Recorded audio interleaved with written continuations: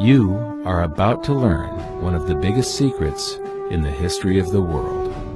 It's a secret that has huge effects for everyone who lives on this planet. Most people can feel deep down that something isn't quite right with the world economy, but few know what it is. Gone are the days where a family can survive on just one paycheck. Every day it seems things are more and more out of control, yet only 1 in a million understand why. You are about to discover the system that is ultimately responsible for most of the inequality in our world today. The powers that be do not want you to know about this, as this system is what has kept them at the top of the financial food chain for the last 100 years. Learning this will change your life because it'll change the choices that you make. If enough people learn it, it'll change the world because it'll change the system. For this is the biggest hidden secret of money. Never in human history have so many been plundered by so few, and it's all accomplished through this, the biggest scam in the history of mankind.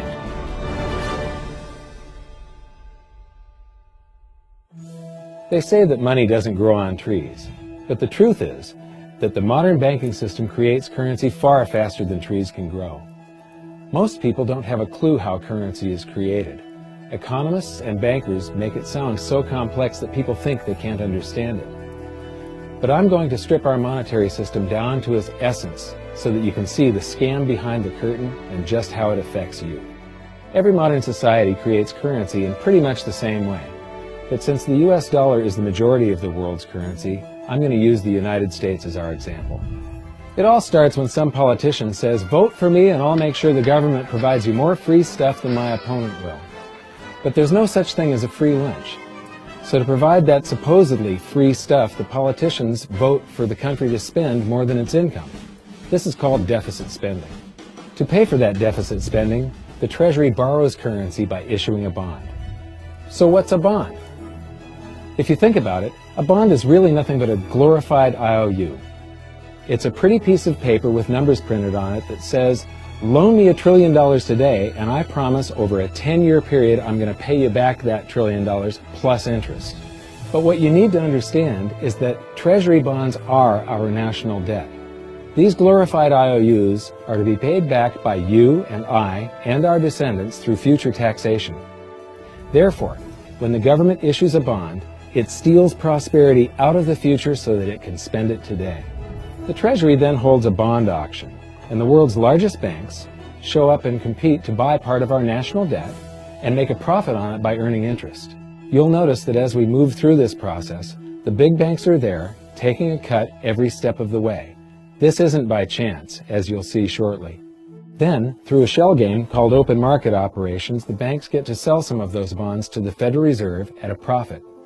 To pay for the bonds, the Federal Reserve opens up its big old checkbook and writes bad, bogus, counterfeit checks that should bounce because they're drawn on an account that always has a zero balance. There isn't 1 penny in there. To quote from the Boston Federal Reserve, "When you or I write a check, there must be sufficient funds in our account to cover that check. But when the Federal Reserve writes a check, there is no bank deposit on which that check is drawn. When the Federal Reserve writes a check, it is creating money." The Fed then hands those checks to the banks, and at this point, currency springs into existence. The banks then take that currency and buy more bonds at the next Treasury auction. But what is a check?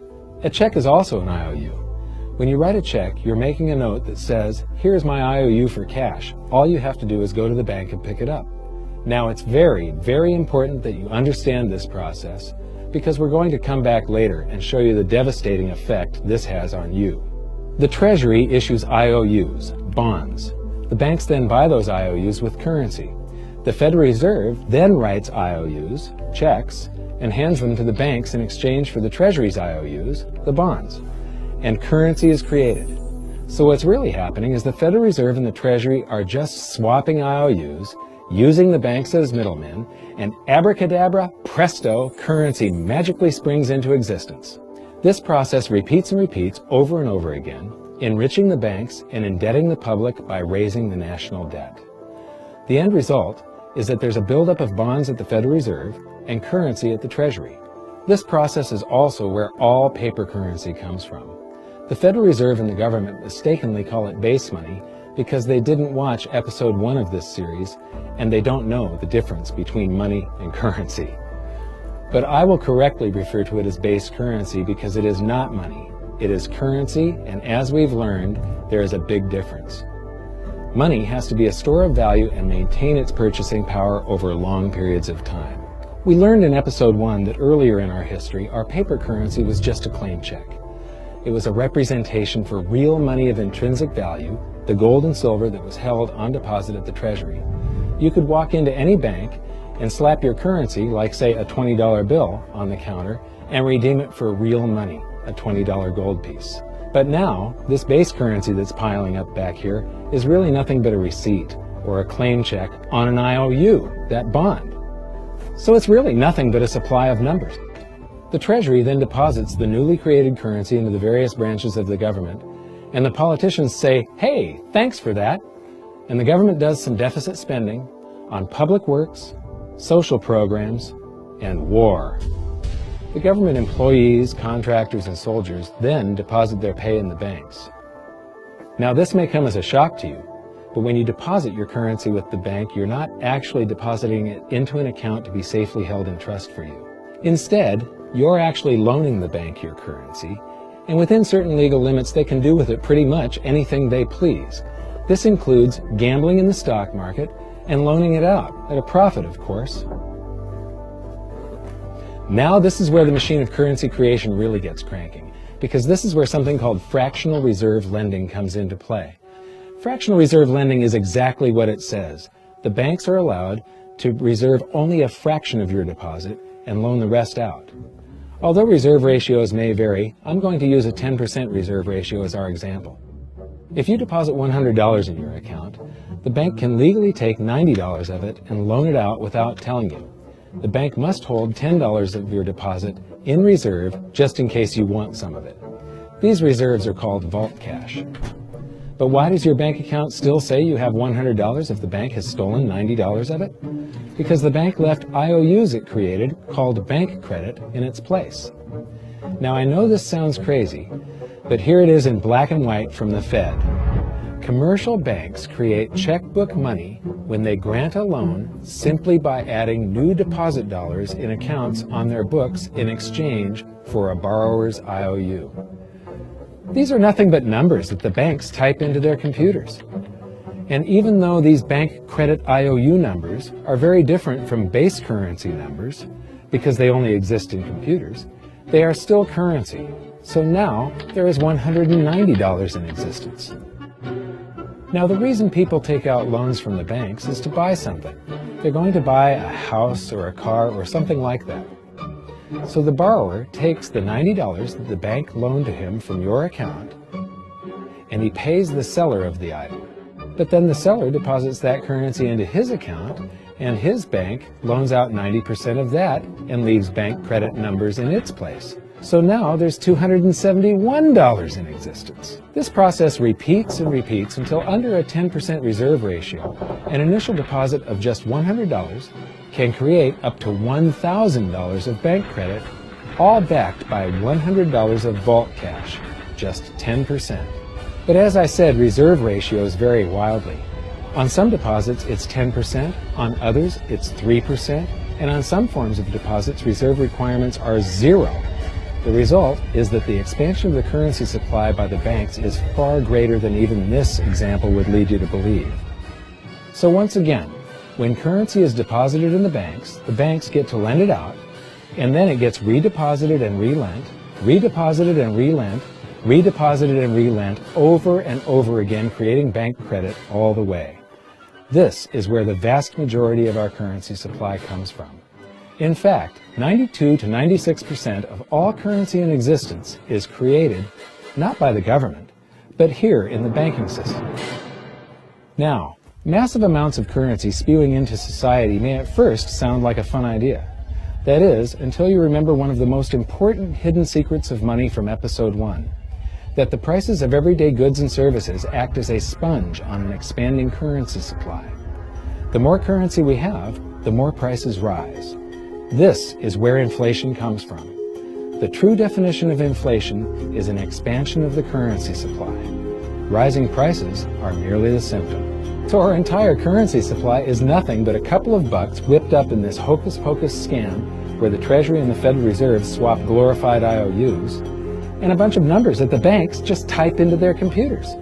That's it. That's our entire currency supply. It's nothing but a supply of numbers. Some of them printed, most of them typed, and there is nothing else. But if you thought that was crazy, get ready to enter the twilight zone of modern economics. We work for some of that currency supply. True wealth is your time. But we trade away moments of our lives, hour by hour, day by day, and year by year, for numbers that somebody printed on pieces of paper or just typed into a computer. Now those numbers represent our blood, sweat, tears, labor, ideas, and talent. We are what gives the currency its value. But here comes the really cruel joke. We work hard so that we can save some of that currency, so that we can pay the tax collector in the United States, it's known as the IRS.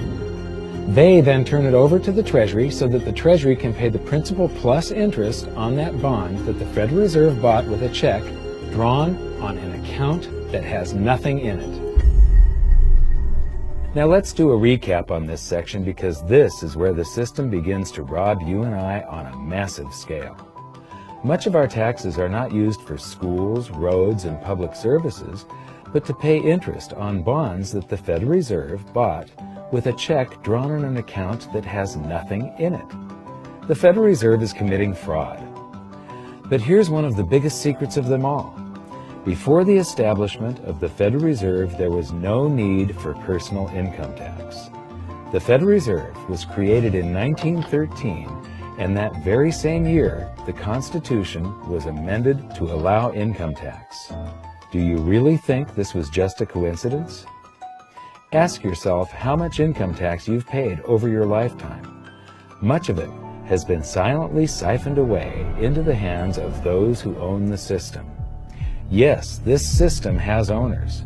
Who they are is an even bigger secret that we'll get to shortly. But first, we need to understand the mumbo-jumbo of the so-called debt ceiling. It's all based on a huge paradox. There was interest due on that bond, and there was interest due on every one of those loans that the banks made. That means that there is interest due on every dollar in existence. Let me ask you something. If you borrow the very first dollar into existence, and that's the only dollar that exists on the planet, but you promise to pay it back plus another dollar's worth of interest, where do you get the second dollar to pay the interest? The answer is that you have to borrow that one into existence and promise to pay it back with interest as well. So now there are $2 in existence, but you owe $4, and so on and so on. The result is there's never enough currency to pay the debt. There is always more debt in the system than there is currency in existence to pay the debt. Therefore, the whole system is impossible. It is finite. It will come to an end one day. What would happen if the government stopped borrowing to do deficit spending? Are the payments on those treasury bonds going to stop? What would happen if the public stopped borrowing and going deeper into debt? Are your house and car payments going to stop? No. There is a payment due every month on the principal plus the interest on every dollar in existence, and those payments do not stop. If we stop borrowing, then no new currency is created to replace the currency that we used to make those payments. Whether you're making a payment on a loan or paying tax to make a payment on a bond, the portion of the payment that goes to pay off the principal extinguishes that portion of the debt. But the debt also extinguishes the currency. Currency and debt are like matter and antimatter. When they meet, they annihilate each other. If we just pay off the principal only on all the loans and bonds that exist, the entire currency supply just vanishes. So if we don't go deeper into debt every year, look what happens. The whole thing goes into a deflationary collapse under the weight of those payments. Politicians and pundits alike talk about balancing the budget, paying down the debt, and living within our means. They don't understand that that is deflationary. It is impossible to do under our current monetary system without collapsing the whole economy. This is why any talk of a debt ceiling is not only ridiculous, it's delusional. The system is designed to require ever-increasing levels of debt just to continue. And that's why politicians will always kick the can down the road and raise this so-called debt ceiling over and over again until the whole system finally collapses under its own weight. In other words, they don't want it to collapse on their watch. The Founding Fathers of the United States knew the dangers of central banking and fought to free themselves from this very thing. The Revolutionary War started out as a tax revolt, but now we must pay tax just to have a monetary system. Having just suffered through the hyperinflation of the continental dollar, which was printed into oblivion to finance the Revolutionary War, they understood the dangers of fiat currency and debt-based monetary systems. So to protect future generations from institutional theft and out-of-control government, they wrote into the Constitution that only gold and silver can be money for the simple fact that you can't print them. Our current system is not only unconstitutional, but it robs us of the liberty and prosperity our forefathers fought and died for. We are all feeling the effects of ignoring the Constitution right now. By forcing more currency into circulation, our purchasing power is diluted. Inflation is a slow and insidious stealth tax that is simply the result of this debt-based monetary system. This system empowers and benefits those who create the currency and receive it first, as they get to spend it into circulation before it has an effect on the economy. They're stealing purchasing power from you and transferring it to the banks and the government every hour of every day because of this false monetary system. And it's not like the people at the top don't know this. To quote the Federal Reserve, the decrease in purchasing power incurred by the holders of money due to inflation imparts gains to the issuers of money. This is a fraud. It is a pyramid scheme, it is a Ponzi scheme, it's a scam, and it's a lie. Our entire monetary system is nothing but a form of legalized theft. But here's the biggest con job of them all. The Federal Reserve is not federal. It has stockholders. There is no federal agency that has stockholders. What's a stockholder? A share of stock represents a percentage of ownership in a corporation. So the stockholders are the owners of that corporation. Therefore, the Federal Reserve is a private corporation with owners.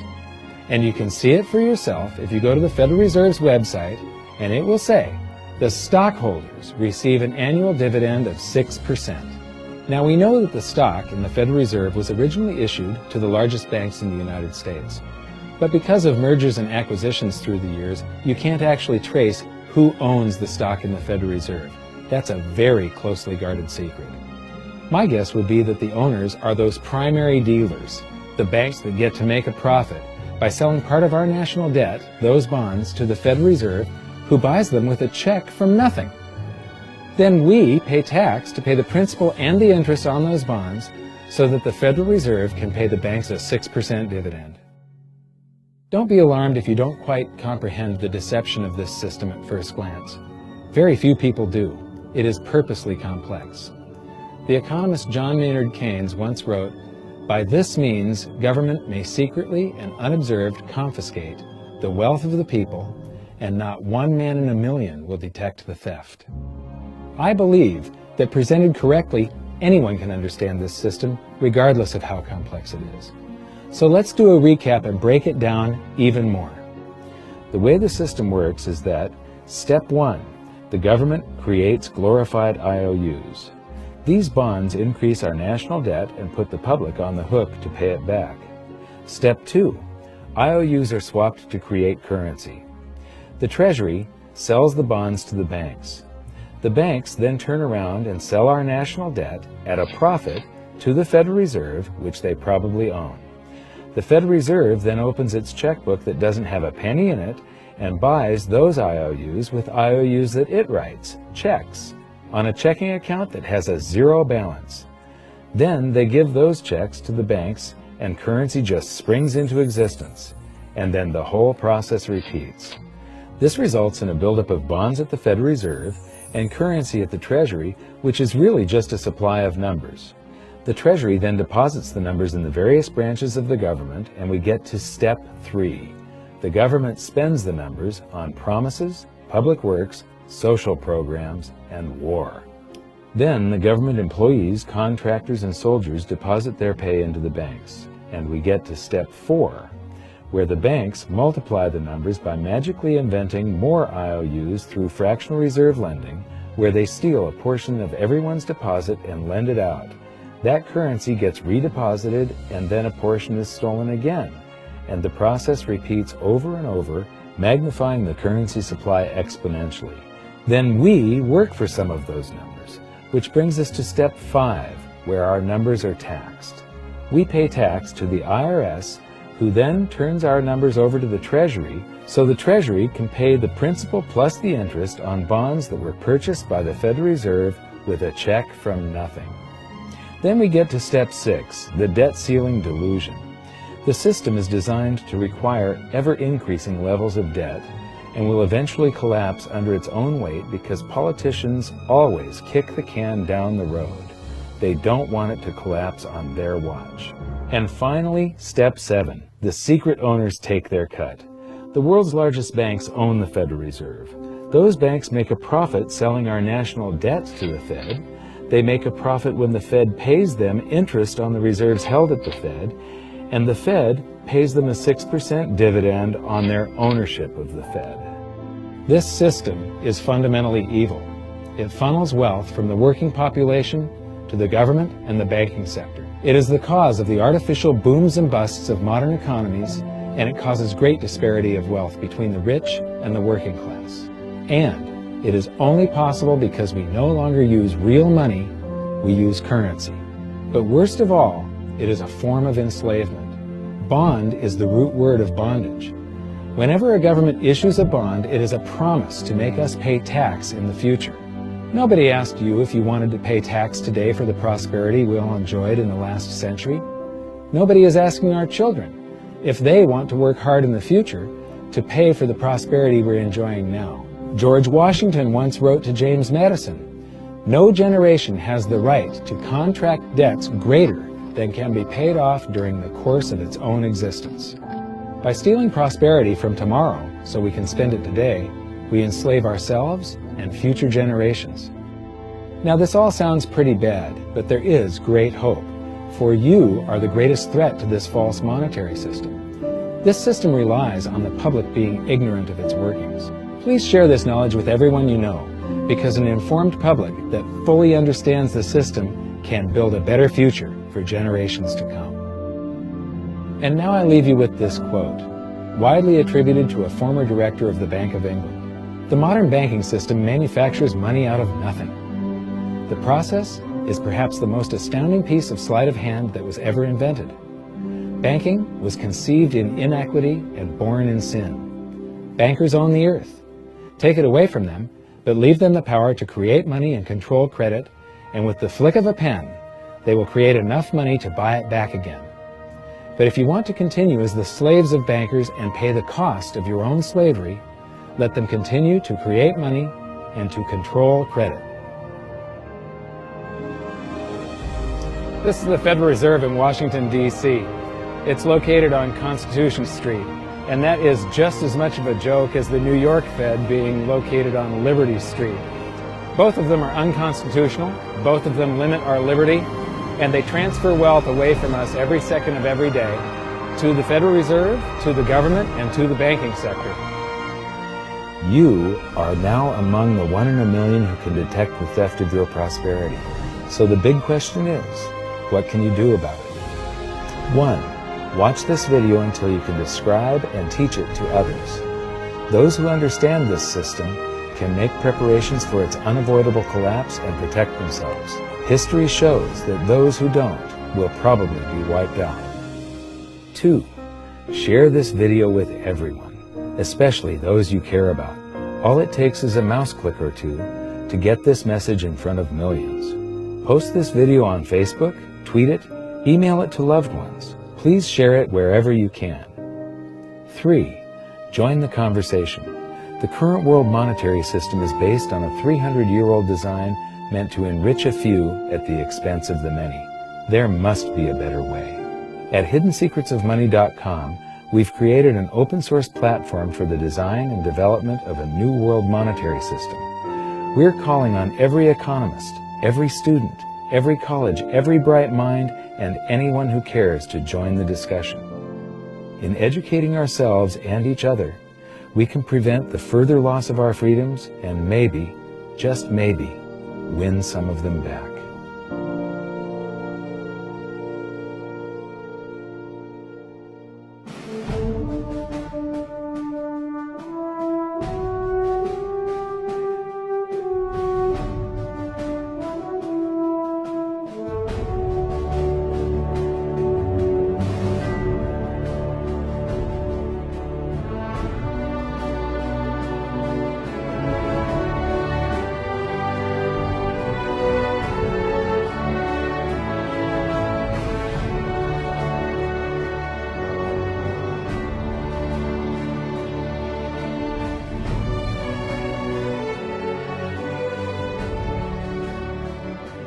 I think your episode 4 is very beneficial, very helpful. It's going to introduce these ideas to a lot of people, and like I've just been talking about, we have to change people's mind, and the more they understand it, the better. And I think we're at this point now where more people in the last several years, 4 or 5 years, have thought about the Fed than they ever have in the previous 95 years. So I think an explanation and diagrams to show it is very helpful, because quite frankly, they're not going to get it in their grade school. They're not going to get it in their high schools. They're not going to get it in college unless they're in a very rare circumstance to understand how this works. You know, for years before I got involved in really studying gold and some of the things I write and talk about today, I was a monetary economist for decades. You know, in your video, you talk about the primary dealers. I was chief counsel and chief credit officer of one of the largest primary dealers for 10 years. So I had an inside seat on the Treasury market and have the privilege of working with several former vice chairmen of the Board of Governors, Manley Johnson and David Mullins, going back to the 80s and the 90s. So I'm very immersed in what you were talking about, and I thought it was extremely accurate, extremely clear. I didn't think you were stretching on any points. It was really like something out of a PhD course, except that it was very easy to understand. I think it's accessible. I think we're seeing a little bit of a revolution in communications in the following sense. You know, as you point out, the Fed was created in 1913. Well, in 1913, there was no web, there was no YouTube, no Twitter. There was really no one to kind of stand up and oppose the Fed or call them out, if you will, or really get into a discussion that everyday Americans could follow. That's not true now with social media and everything else. You can reach out to millions and tens of millions of people and tell them what's going on. I think you've done that. You've done it successfully. I applaud it. I think this is a great video. I look forward to seeing it again. I know millions of people will enjoy it. Well, as we know, the Federal Reserve believes it can create money out of thin air, not realize money is supposed to represent real products and services. And what people don't realize is when the Fed does that, in effect, as Keynes pointed out, it's a form of taxation. It's a form of confiscation. And because people don't see it, the politicos get away with it, but it also undermines social trust. It just is corrosive throughout society. We're going to have a lot of turmoil in the coming years, but it's going to be the kind of turmoil that leads to positive things. So don't despair. Get out there and fight, because the tide is going to turn. This is going to be the status last stand. Thank you. This episode of Mike Maloney's Hidden Secrets of Money was brought to you by GoldSilver.com and the new Silver Pegasus Round. To learn how to protect your family and turn the coming economic storms into opportunity, visit GoldSilver.com.